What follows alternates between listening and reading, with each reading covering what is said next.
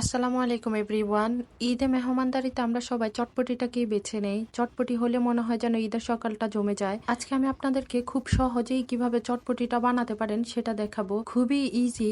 আগে যারা চটপটি বানাতে ভয় পেতেন তারাও এই চটপটিটা বানাতে পারেন। শুধু ঈদেই নয়, যে কোনো সময় চটপটি সবারই পছন্দের একটা জিনিস। তাই আজকে আমি খুব সহজভাবে এই রেসিপিটা দেখাবো। আশা করছি সবার ভালো লাগবে। রেসিপিটা করার জন্য এখানে আমি 2 কাপ পরিমাণ ডালকে সারা রাত ভিজিয়ে রেখেছিলাম। ভিজিয়ে রাখার পরে ডালটা ফুলে একদম দ্বিগুণ হয়ে গিয়েছে। এখন আমি এটাকে ভালোভাবে ধুয়ে চুলায় বসিয়ে দিলাম সিদ্ধর জন্য। আপনারা যদি এটাকে প্রেসার কুকারে দেন তাহলে সব থেকে ভালো হয়, কারণ প্রেসার কুকারে ডালটা যেমন সিদ্ধ হতে সময় কম লাগবে এবং ডালটা অনেক সফট নরমও হবে। এরপরে আমি এর সাথে কিছু আলু অ্যাড করে দিয়েছি।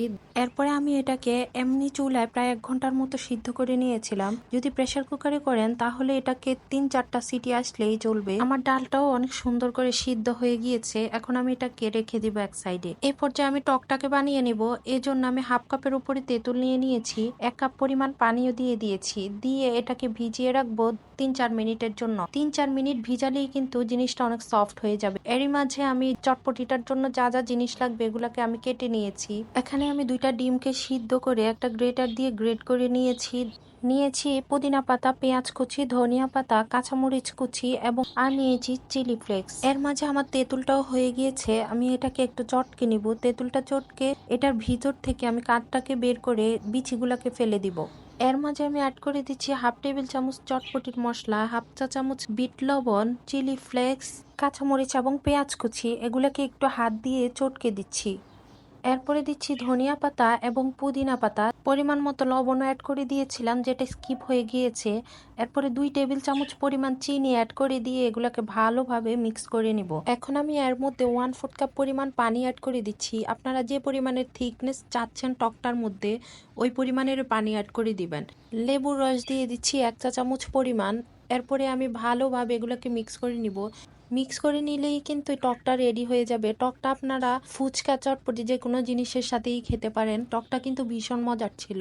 এখন আমি একটা বোলের মধ্যে চটপটিগুলোকে নিয়ে নিচ্ছি। সিদ্ধ করে রেখেছিলাম যে আলুগুলা, এগুলোও অ্যাড করে দিচ্ছি। দিয়ে একটা মেশার দিয়ে ভালোভাবে মেশ করে নিচ্ছি। একটু মেশ করে নিবেন যেন এটার থিকনেসটা একটু সুন্দর আসে।